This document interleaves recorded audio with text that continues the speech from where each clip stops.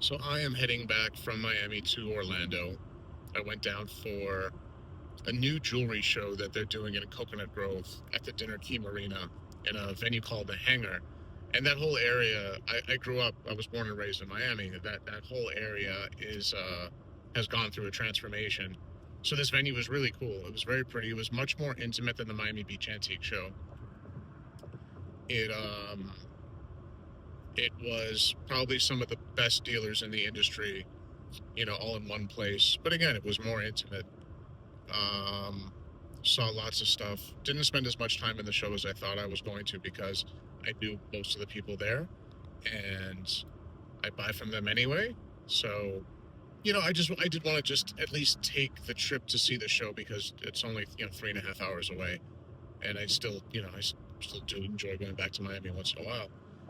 So, but the one thing that I did notice that I did not notice when I was buying in Vegas is um, how the gold market has, or the metals market has influenced pricing.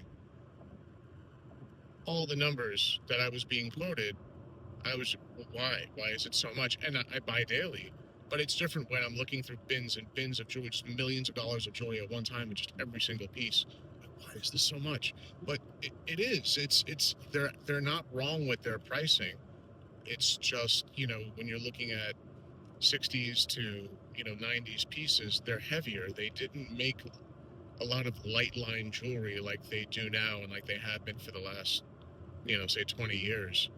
So, and that's what I stock is primarily between 1960s and 1990s. Some deco, some art nouveau, some period stuff, but the majority of what I like to buy are those big, bold, heavy pieces, big white diamonds and heavy gold. And so, we're all going to have to go through that cooling off period. We bought jewelry from $300 an ounce to, that was in the 80s, to, $2,500 an ounce, which was not that long ago.